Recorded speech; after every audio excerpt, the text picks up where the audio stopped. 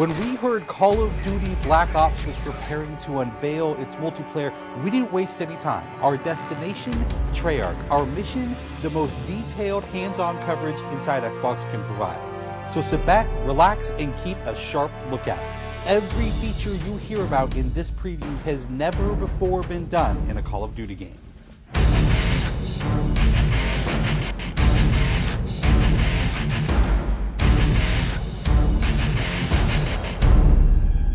We begin where the multiplayer trailer for Black Ops left off, with theater mode.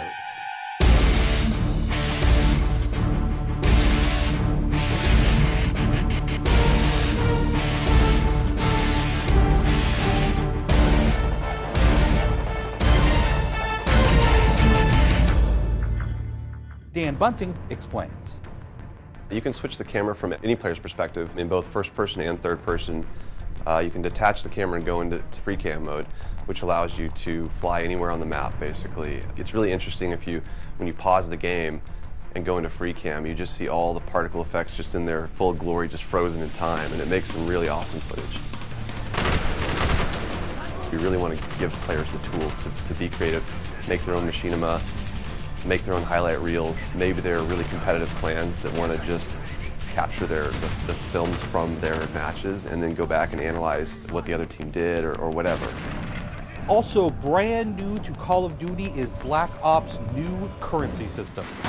We put the currency system into Black Ops multiplayer principally because we felt like it'd be a very interesting way to engage with all the unlocks that you've been getting.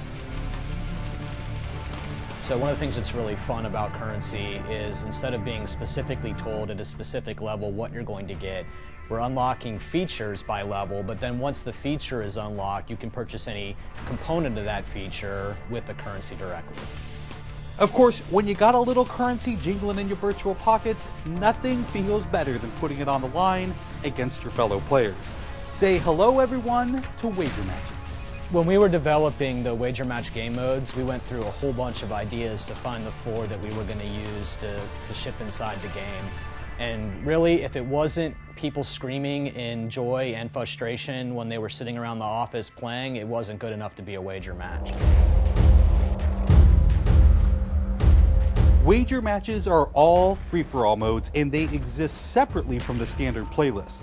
They include game modes like Gun Game, where you're in a race to score a kill with 20 different weapons, beginning with pistols and advancing through ever more explosive weaponry. It's extremely rewarding for us as a design team to put something up there that people are reacting to really well and it's slightly different than what they get, and everyone loves the core game. And you have to be very careful when you're finessing the core mechanics of the game. But Wager Match just let us kind of get our creativity flowing and do some things that you're not normally used to, and then spin them up in unique ways and combine things in ways that you haven't seen before that you never really thought of and that wouldn't be appropriate for the core game, but are completely appropriate for Wager Matches. While the classic Call of Duty challenge system is still very much in place, Black Ops is also adding a new feature called contracts. Right, so if you're using the contract system, you actually have to put up a little of your own currency in order for a bigger payday. And depending on the contract, some contracts pay XP, some pay more currency, some pay both. But they're all time limited and it's game time limited, so you have to go to work to accomplish that contract within the time period in order to get paid.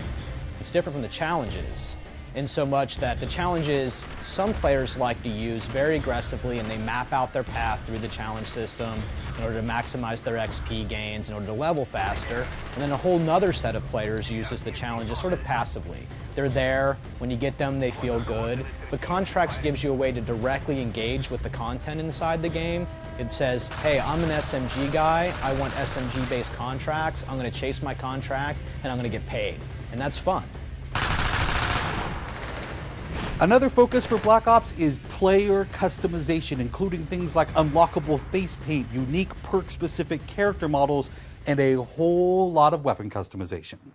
We've been we stole the line from Full Metal Jacket, this is my weapon, this is my gun, and we're chanting that around the office as sort of our mantra for this feature. Originally it started with one of our designers he just made kind of an offhand comment one day where he said, you know, I really have a certain attachment to the weapon that's my favorite. I want to make that weapon mine, and that was all it took.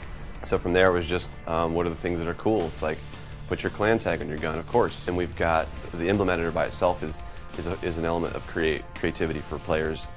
And then the reticles, of course, so why not give people the option to select what kind of red dot they have. Maybe they don't like a dot, maybe they like a circle, maybe they like a triangle, maybe they like a standard crosshair, maybe they just want a line. And then there is combat training, which allows you to get comfortable with the trappings of multiplayer by competing in matches against AI-controlled opponents. You know, it's our hope that combat training can convert people who are largely single-player gamers who might have, dabbled around in multiplayer but never made that leap to playing online, and give them kind of this experience where they can get familiar with the mechanics and features and systems that multiplayer has, but they can do so at their own pace, they can do so without someone screaming in their ear what a noob they are, and practice up and then join the competitive fold. Experienced players could use combat training to practice up on a particular weapon, a particular tactic, or a particular map. So we think it appeals to both audiences, but most directly, it was designed to help new players get into the mix.